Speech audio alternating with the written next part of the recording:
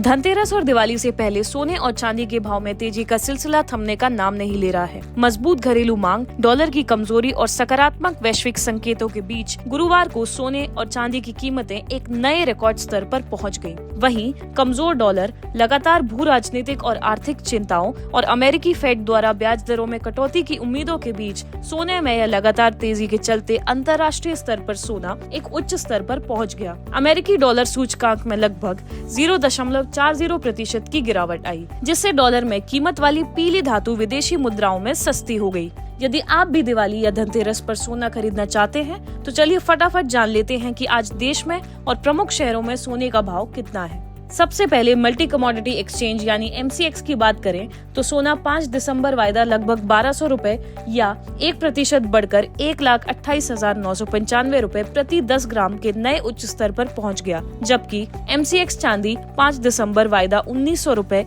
या 1.2% से अधिक बढ़कर 1,64,150 रुपए प्रति किलोग्राम के नए शिखर पर पहुंच गया। हालांकि घरेलू सराफा बाजार में सोने के भाव की बात करें तो इसमें कोई बदलाव नहीं हुआ है। देश में आज 24 कैरेट सोने का भाव 12,944 रुपए प्रति ग्राम है, जबकि 22 कैरेट सोने का भाव 11,865 रुपए प्रति ग्राम है। वहीं 18 कैरेट सोने का भाव 9,708 रुपए प्रति ग्राम है। अब अगर चांदी की बात कर लें तो देश में आज सराफा बाजार में चांदी की कीमत में थोड़ी कमजोरी देखने को मिली।